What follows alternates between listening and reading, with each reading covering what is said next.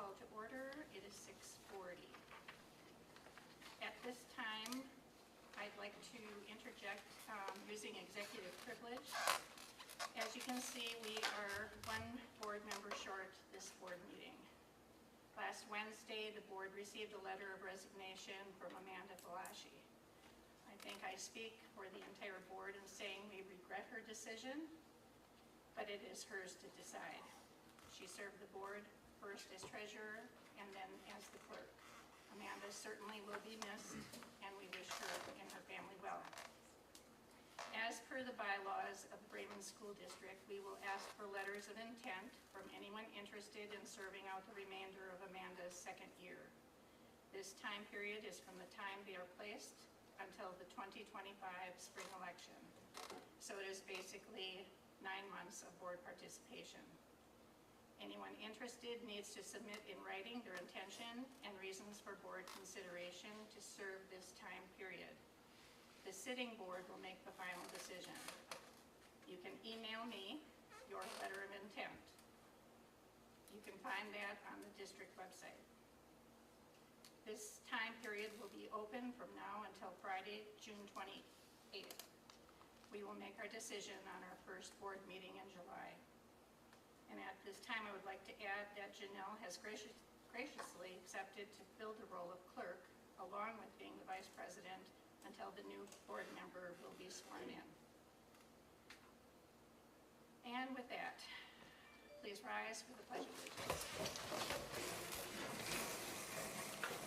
I pledge allegiance to the flag of the United States of America and to the republic for which it stands, one nation, under God, indivisible, with liberty and justice for all. Thank you.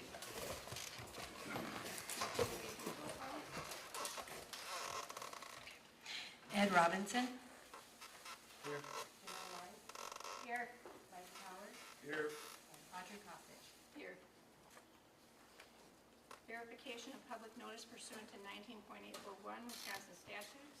I can verify that the posting was done in accordance with the statutes. Okay, thank you. Need to move on to approve agenda of this meeting. So moved. I'll second. We have a motion and a second to approve the agenda for this meeting. Any discussion? All in favor? Aye. Any opposed? Agenda is approved. Moving on to a consent agenda. Approval of the amended closed session. I think we will do these one by one. Do you want roll call on this? This one I do. Okay. Approval of the amended closed session meeting minutes of 1/15/2024. I was there, those guys weren't there. It doesn't matter, we have You can affidavits. still make a motion. Yes. Okay, I just wanted to make sure. So just for the public, Yes. the meeting, there were 3 board members there that evening, and in the closed session, one of the motions that needed to be identified was not identified in the minutes. We discovered it, and so after dealing with our legal counsel, they recommended that we go ahead and have signed affidavits from the 2 board members that were at the meeting, and because the 3rd one is here.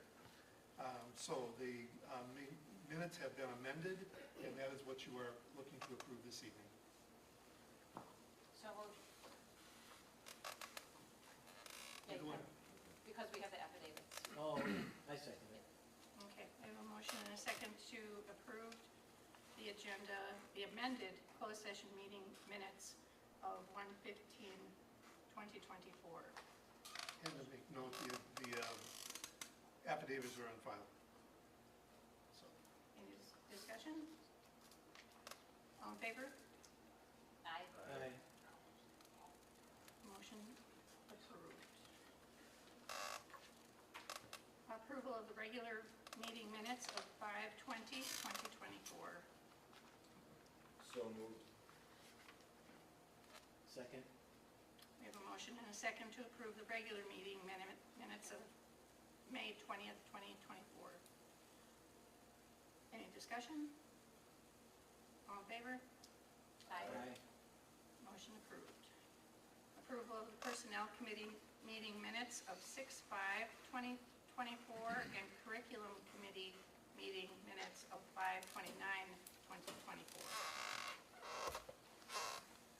So moved. Second. We have a motion and a second to approve the Personnel Committee meeting minutes of 6/5/24 and Curriculum Committee meeting minutes of 5/29/24. All in favor? Aye. Motion approved. Approval of the special meeting minutes of 6/5/2024. So moved. Seconded. We have a motion and a second to approve the special meeting minutes of 6/5/2024. All in favor? Aye. Aye. Motion approved. Move on to business and finance, treasurer's report. Turn the mic on.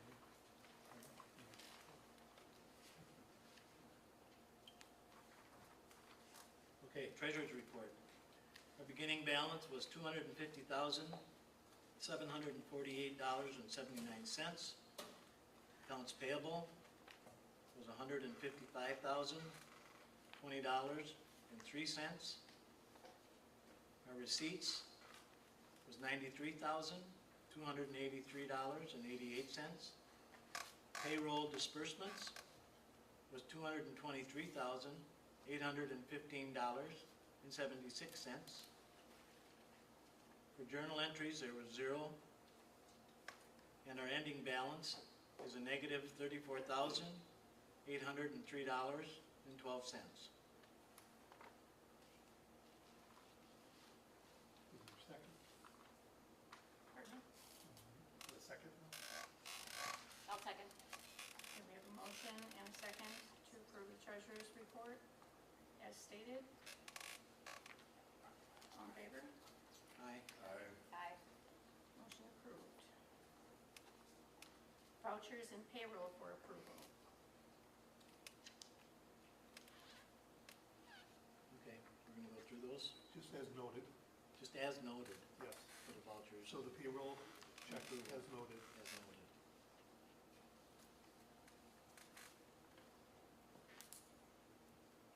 Is that a motion? Yes. I'll second. Okay, we have a motion and a second to approve the vouchers and payroll for approval. All in favor? Aye. Aye. Motion approved. We move to the public portion of the meeting. Members of the public wishing to address the board on any topic are required to complete a public input form prior to the beginning of the meeting. Janelle? I have them, if you're timekeeping. First up, we will let maybe get the clock going, but Jillian is the first one. No, I'll just talk about, if that's okay. Yep. All right. At last month's school board meeting, Dr. Hagan presented the board and the public with options for an operational referendum. $750,000 per year for the next 4 years was an option. This alone will add to Raymond residents' mill rate of about $2 per thousand in property value every year for the next 4 years. On top of that, Union Grove High School is proposing a facilities referendum that would further resident mill rate roughly another 50 cents per thousand. However, unlike Union Grove's referendum, which hopes to improve the school's facility, Raymond's operational referendum is only meant to keep the school open and operating. Don't be fooled, this is a Band-Aid to cover up board's mishandling of taxpayer funds. The monetary decisions this board has made this past year alone demonstrate how irresponsible you have all been with taxpayer funding. The district chose to put a principal on non-disciplinary paid administrative leave because some board members wanted him out. We have yet to hear any definitive reason he was too harmful to the students to have finished off his contract. This decision alone cost our district hundreds of thousands of dollars in lawyer fees while the board conferred with multiple lawyers and avoided the public. Additionally, the board-led agenda amounted to hundreds of thousands of dollars in restructuring, staff buying out contracts, finding interim administrators, creating a leader position, hiring more teaching staff to cover this lead teacher's workload, gifting bonuses to retain staff, all because this board could not wait until the end of the year to not renew a principal who didn't deserve to be dismissed in the first place. Additionally, the district's incompetence with budgeting errors has brought about these financial hardships. In February, Dr. Hayden stated that there were budgeting errors. In March, he stated that funds had disappeared. In April, stated that the deficit would be well over $600,000 by the end of the fiscal year. How do budgeting errors of this magnitude and disappearing funds occur in a small one school district? Any and all financial hardships are self-created by this very board. You expect Raymond residents to simply hand over more money for the next 4 years so you can continue to spend it carelessly. I'll be turning this in so you can submit it for the record. Mitchell. The natural family movement promotes the idea that traditional heterosexual families are superior to all family structures. This discriminatory belief is ingrained in their ideology, creating a harmful and exclusionary environment for LGBTQ individuals and non-traditional families.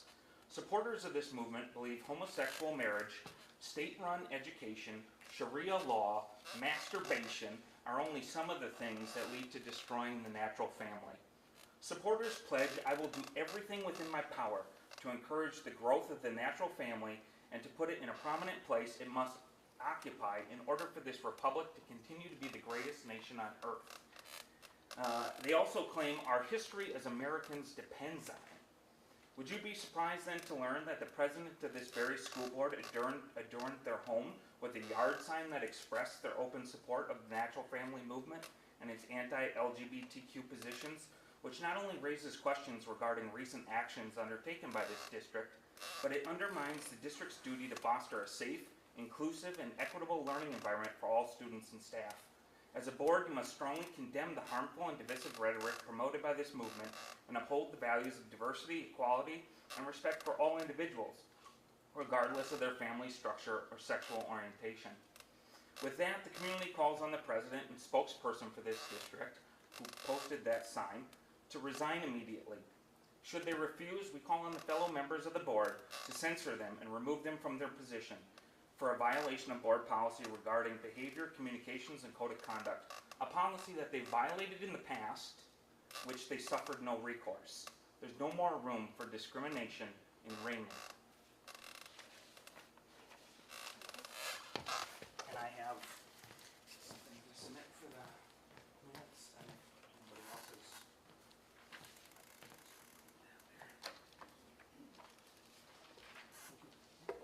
All right, Jamie. Janice.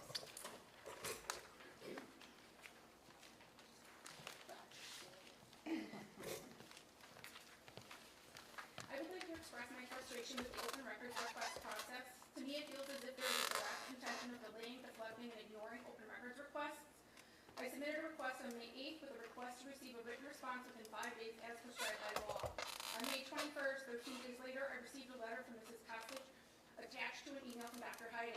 The letter stated Dr. Hayden had 5 days to augment the letter in response to the 2 items that fulfilled my request. I still have not received the request. I followed up on June 13th, asking for the response within 24 hours, as the original response was now well outside of the allotted window. Dr. Hayden responded that he would get it to me sometime early next week. That isn't how legal requests work. I was told 5 days, and today we're at 27.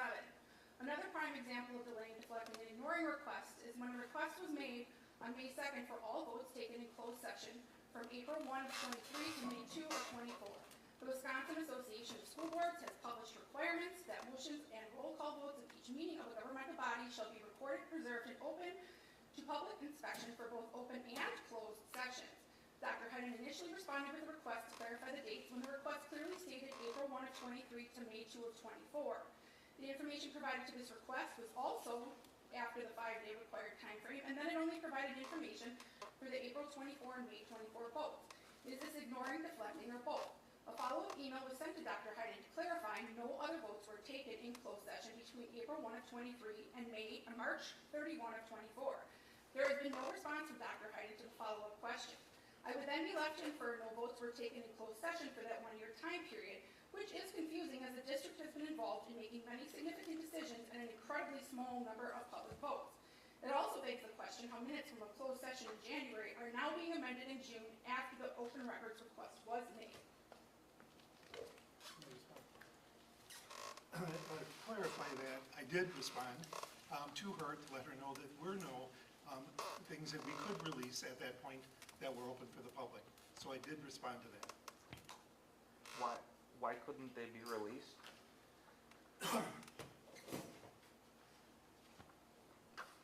Next. Jory? Moonen? With the lack of a principal on staff, the new role of an inexperienced dean of students, 2 key office staff leaving in the past 9 months, experience is lacking in the school. The new role of the superintendent can't be expected to have all the answers when he starts on July 1st, basically operating alone with no experienced staff to help when he is taking on a new role himself as the superintendent. It is imperative that the district know what is happening and needs to start with where the school district funds went and how to plan for the next year. Dr. Hyden, the school board can't account for the loss of the public funds. The regular school audit will not be able to explain what's going on. I am publicly and in writing requesting a forensic audit that will be put on the agenda for July 15th, 2024's meeting to publicly discuss with the public to vote for the forensic audit to be done to find answers. This is the only way to account for where the money has been spent. Here's my written request, and I publicly requested.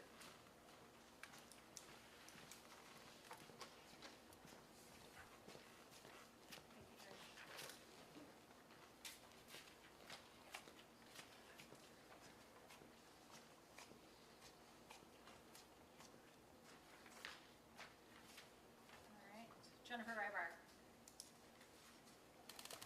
At the June 5th special school board meeting, the Raymond School Board of Education agreed to apply to the Board of Commissions of Public Lands for a state trust fund loan in the amount of $300,000 for the purpose of financing technology upgrades. Dr. Hyden stated during this meeting that this loan is to cover technology upgrades that were purchased for this most recent school year. An open records request from May 1st shows that the district spent a total of $323,343.40 on these technology upgrades that were purchased between August 23rd of '23 and March 7th of '24. However, the ESSER funds the district applied for and received this most recent school year were intended for the same technology upgrades. On February 19th of '24, at the regular school board meeting, Dr. Hyden said that the camera system was paid for from ESSER funds. Also, at the special school board meeting on April 15th of '24, Dr. Hyden said that $300,000 was spent on technology with these ESSER funds of $353,922. There is documentation that shows the ESSER funds were utilized for the purpose of technology upgrades and that there was enough funding to cover the expense of the upgrades. Why are we applying for a state trust fund 10-year loan at 6% interest for the same technology upgrades that were covered with ESSER funds? Is the representation that the district is providing on the application for the state trust fund loan even accurate? Is it misrepresentation or is it unlawful? Something is not adding up here with the ESSER funds and this loan, and the school board has applied for earlier this month. The Raymond School Board of Education and Dr. Hyden need to explain to the public how this $300,000 discrepancy in updated technology funding for the 23-24 school year came about and provide receipts and other documentation to demonstrate this issue's full transparency. I don't know how many times we're going to have to explain this, but I'll certainly try one more time. The ESSER funds were used to purchase that. However, in any funding mechanism, you are able to switch funds around to be able to do that. And we can, there are specific things you can apply to the state trust fund loan for. You cannot apply because you are short on your budget. You need to apply for, you can apply for reimbursement for things that you have already purchased. We identified $323,000, $100,000 worth of stuff. So we were able to go ahead and apply, use that to fill out the application. That's simply what we're doing. If you want to call it a shell game, call it whatever you want. The fact of the matter is, that gives us the opportunity and the ability to make sure that as we are starting next year, we are sitting with about $500,000 in our fund balance versus $200,000. That's the best way to do it. I don't know any other way to help you people make sure that the buildings are going to be able to operate. If we had something happen this fall, God forbid, and you needed to invest a couple $100,000, we would have no money to do it. This provides us with a way to make sure that we are able to move forward. That's the purpose, and that's what's going on. And I don't know if you'd be happy to know or not, we've now been given preliminary approval for the loan. We're just waiting for the final approval. So the state trust fund certainly does not think we're doing anything illegal. And I absolutely resent that. Cindy Welsh. Good evening, sorry. I was just wondering why the employee handbook for the 2024-2025 school year was removed from the school's website. The handbook is on the agenda tonight for the board's approval. No link was made available for the public. Why isn't the handbook also included in the packet that was posted for tonight's meeting?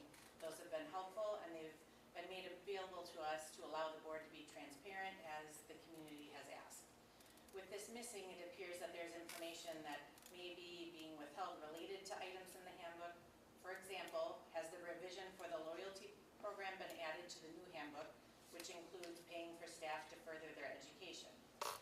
If, for example, a staff member were to take classes to get their master's degree or their PhD and beyond, this could cost approximately $20,000 with the way college courses go these days. Is this something that the district can afford, since we are also being asked to support an operational referendum to keep Raymond School open? Thank you, and I'd like this to be part of the record. I'd like to address that. If you click on the link for the board background sheet, there is a handbook. You click on that and your employee handbook will come up. There is a link, okay, then I Yes. apologize, thank you. Then it's my Wi-Fi. All right. Lee Marie Toll. I can't believe I'm standing here tonight to update the board that we're not a town anymore, and you need to change the paperwork, including the embarrassment of going to the polls and voting for a referendum that says Raymond School in the state of Wisconsin, the county of Racine, and the town of Raymond. Raymond has been a village since April of 2019. Enough. Change your paperwork, because I don't know if these referendums are even legal because they're not referencing the municipality correctly. I did check on that as well, and yes, it is correct that would be sufficient.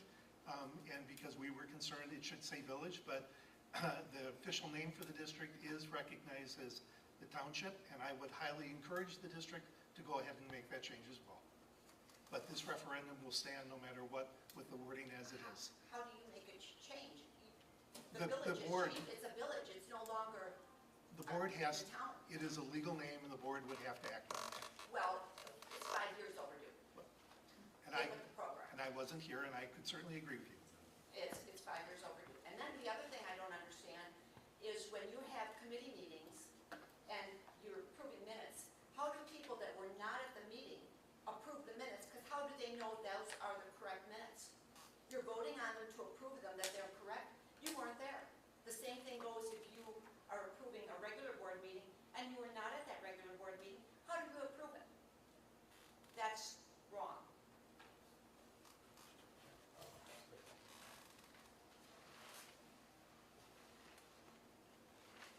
Dr. Hyden, I'm sorry, that link, you are correct, it is on the website, but it doesn't open. And I realize that could be the school's Wi-Fi, but I also had an issue.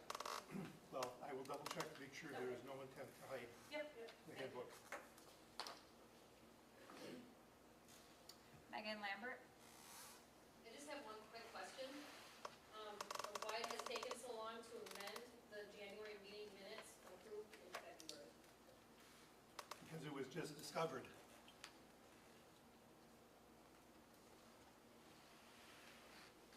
That's all of them.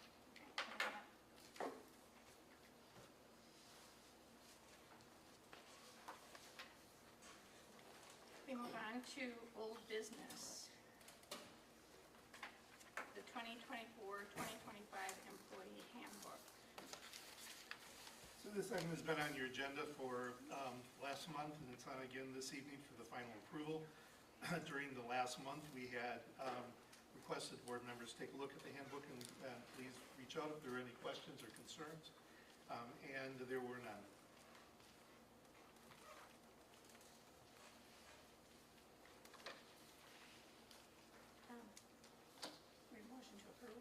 motion would be in order. Make a motion to approve the handbook as written. Second it. We have a motion and a second to approve the 2024-2025 employee handbook as presented. Any discussion? All in favor? Aye. Aye. Aye. Motion approved. We move on to the resolution authorizing the school district budget to exceed revenue limit by $750,000 per year for 4 years for non-recurring purposes. So you have this information before you, and look at this tonight. In order to have discussion, we need to have the motion made, moved and seconded, and then we can move into discussion if there is any. The motion does need to be read as written.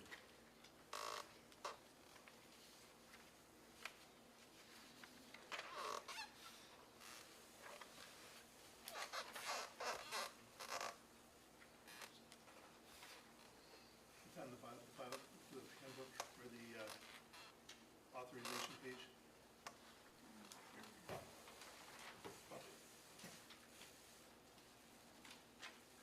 This is my stuff, I think.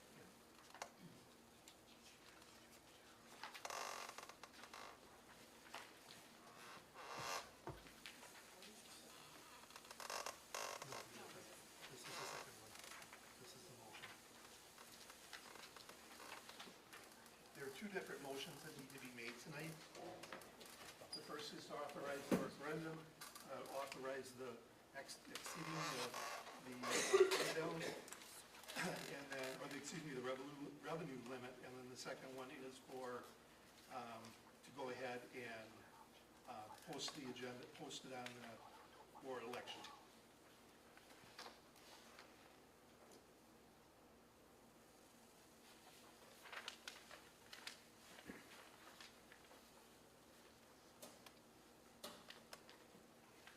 Do we have a motion? You don't have it? I have it.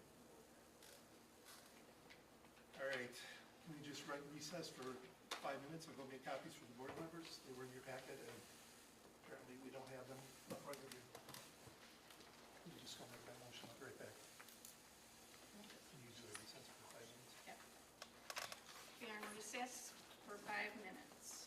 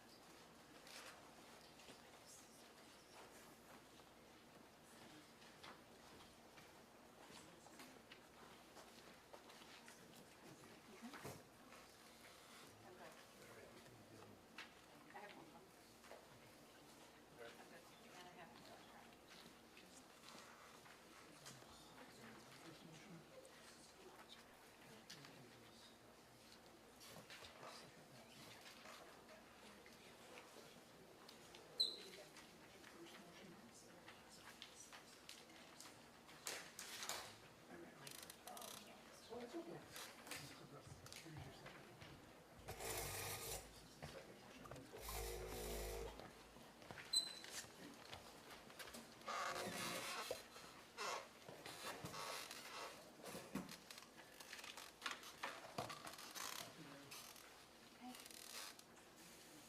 right, our meeting is back in order. We are on B, resolution authorizing the school district budget to exceed revenue limit by $750,000 per year for 4 years for non-reoccurring purposes. Do we have a motion? I move that we accept the resolution authorizing the school district budget to exceed the revenue limit of $750,000 per year for 4 years for non-reoccurring purposes. We gotta read the whole thing? Yep. Okay. Oh, Ed, you're reading the wrong one.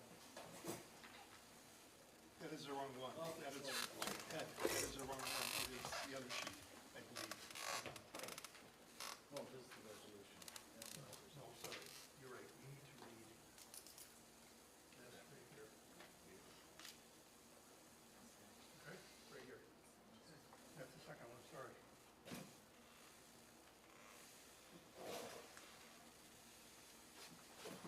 So I move that the following motion is in order, be it resolved by the school board of the school district number 14, town of Raymond, Racine County, Wisconsin, that the revenues included in the school district budget be authorized to exceed the revenue limit specified in section 121.91 Wisconsin statute by $750,000 per year for 4 years, beginning with the 2024-2025 school year and ending with the school year 2027-2028 school year for non-reoccurring purposes consisting of operational expenses. I'll second. We have a motion and a second. Could I just clarify, I want to make sure, because there is so much technicality when it comes to doing this. I just want to make sure that you all will attest that you've seen this language in your board packet earlier this weekend. Correct. Yes. Okay, thank you. Other questions on this for me, or anything I can resolve?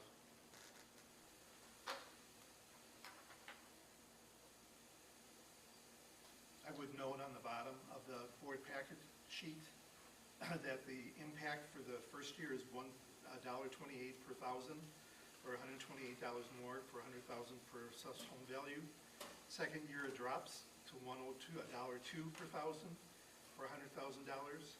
Third year it drops again to 91 cents per thousand, or $98. And then finally, the fourth year it drops to 85 cents per thousand, or $85 per thousand. Thank you. I know at the last meeting, we requested to see some of those details, and thanks for pulling those together. I think when we look at the overall historic mill rate information that we looked at the board workshop, that gave some snapshots, this is still well under what we had seen in the recent years. Yeah, you were at 377.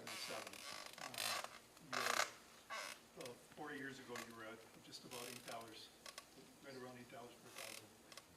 And that was because we had the You had that, debt from the gymnasium that last reference that was out there. correct. And then 2 years ago, you paid off that debt? And when you paid off the debt, the rate plummeted. And again, I think there's a couple of the primary drivers, if you could just refresh my memory on this, given some of our recent discussions. ESSER funds, we saw that example of one of the big challenges that our particular district faced. All districts faced. Yeah. Ours was a little bit different as a percent of our total budget ratio, so we feel it maybe a little bit differently. Everybody's feeling it though. And then increase in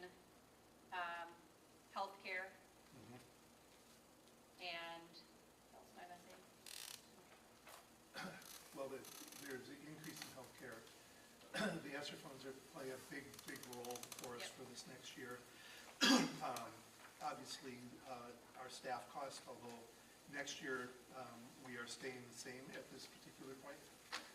However, the board, upon successful completion of the referendum, the board would be able to revisit that during mid-year. So this is taking all of our forecasted needs as we know they stand at this current moment. Yes. And projecting what that total need is. Correct. We worked with Baird Incorporated to make sure that we were hitting the sweet spot, and that was what we talked about at the workshop. And this is what they recommend is the best place for us to be in the next several years. So this doesn't really mean that our budget has gone up $750,000. Our budget is basically the level Right. for the last number of years, Yeah. primarily. Yeah, the budget, this isn't, it does not play into budget. It just means that we have money to pay towards, make sure we can pay for our bills. And it does help us with our fund balance? Yes, we're anticipating that about $300,000 should be able to go into fund balance as long as, and again, that's hypothetical that nothing goes wrong and that we don't get major increases in, something goes up that transportation goes crazy, we have a student that we have to place out of the district. There could be a whole wide variety of reasons why that could impact it, but the goal would be, at this point, we're looking to put about $300,000 away into fund balance, so that at the end of the period, you will have close to $1 million in your fund balance, which is exactly where you need to be, so you don't have to do short-term borrowing, and that will save the district money as well. The other message that I think is really important is, and I made this to the board, and I'm not sure how many people tuned in, several years ago when the decision was made to pay off the debt, that actually did not help the district in any way, shape, or form. What they should have done is the recommendation should have come out that the debt be restructured for the next number of years at a lower amount, of course, every year, but restructured nonetheless, so that your mill rate did not plummet. One of our biggest challenges, there's no doubt, is your mill rate went from 377. People are not going to be thrilled about going to 505. We get that. I'm not thrilled asking for it. But I don't know any other way to help make sure your district, your school, can maintain what we're trying to do. Simple as that. This does not include any kind of salary increases or nothing like that for the There are no salary increases, and we cut, in order to get through to next year, we cut almost $300,000 in, through miscellaneous staffing and readjustments. And this assumes some degree of changes or expects that we will be opening up more positions for open enrollment in the coming weeks as well? And it's certainly my recommendation that we have an opportunity that'll be coming up in just a few weeks that we can take a look at the students out at open enrollment and take a look at what our class sizes look like. And it's my recommendation for any class that is under 18 or 19 students that we should see if there are open enrollment kids that are there and extend the opportunity.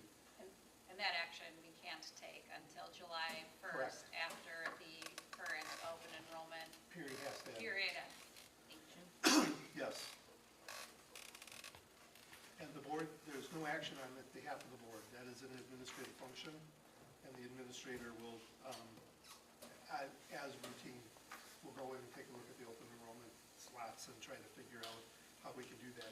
Keeping in mind, for every student that we get in open enrollment, that's approximately $10,000 in revenue that we do get with open enrollment. So As long as we do that to fill in gaps where we have existing staff and we can maintain the. I would never recommend Right. that you Exceed. take in an area where you don't have staff. This is not about trying to increase your staff. Now, I thought I heard at one point that the state designates approximately $11,000 per student per year. That's about a good general number, but not many school districts That's what it can costs. operate at that. Right. That's, yes. being a small school, it probably hurts us even more. Well, we're not unlike other school districts, and the other part of it that also does not help us greatly in this whole department is because of the wealth of the community. The wealth actually has a negative effect on the amount of funding that we get from state aid. So the more wealthier you are, the less state aid, in essence, you get. So there is a slight impact. I'm not saying it's huge, but that certainly doesn't help us as well. It's an effect. Yeah, and I think just because the school finance stuff is so clear cut and easy to